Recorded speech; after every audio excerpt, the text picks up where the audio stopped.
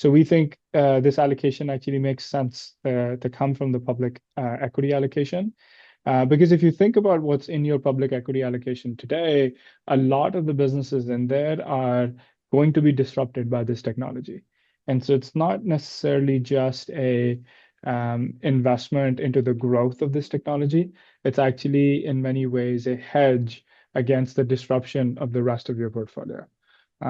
Because many of these companies in the S&P 500 are not going to keep up and actually going to be on the wrong side of the disruption.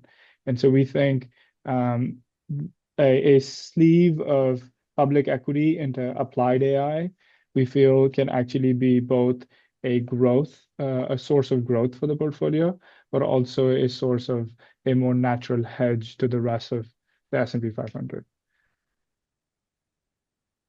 Yeah. So we have a great question here.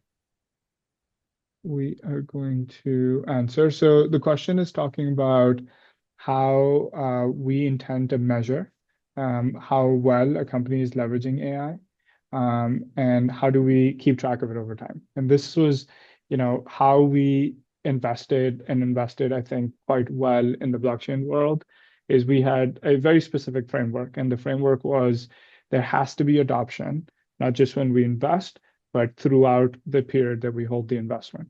And so in AI, let me make sure I'm not jumping the gun here.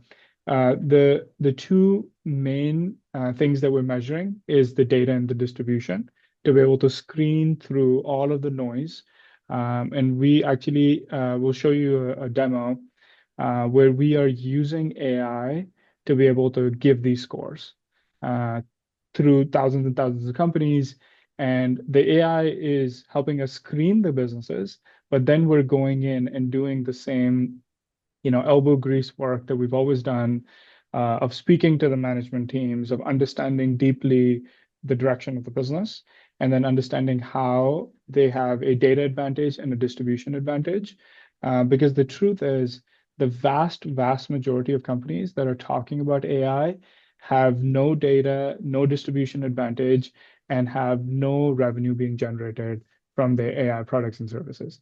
And so when you have those as the criteria, I want you to have proprietary data, widespread distribution, and a clear path to monetizing your AI products and services. You actually go from Russell 3000 to maybe what, Richard, like 50 companies that can fit that criteria, right? Like there's really not that many companies, but the entire hard work is going from that 3,000 to that 50. So we're using a combination of computers and our own, elbow grease work to figure out which companies are talking about AI and which companies are actually having a real financial impact on their business through AI. Yeah, and I would just add, because part of the question is how do we measure over time? So whenever we can get direct revenue related to AI products or direct adoption numbers related to AI products, those are kind of like gold standard KPIs. Oftentimes at the early stage, it starts as an insignificant part of a company's revenue and they don't disclose until later on.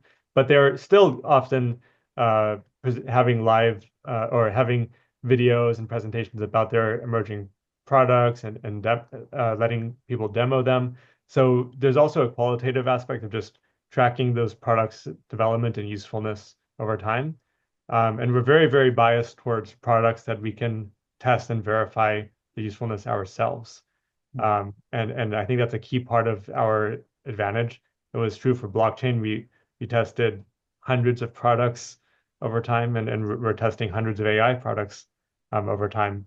And so that can give you like those hard to acquire qualitative insights about what makes a product good and sticky to build the right conviction in a longer term investment related to AI.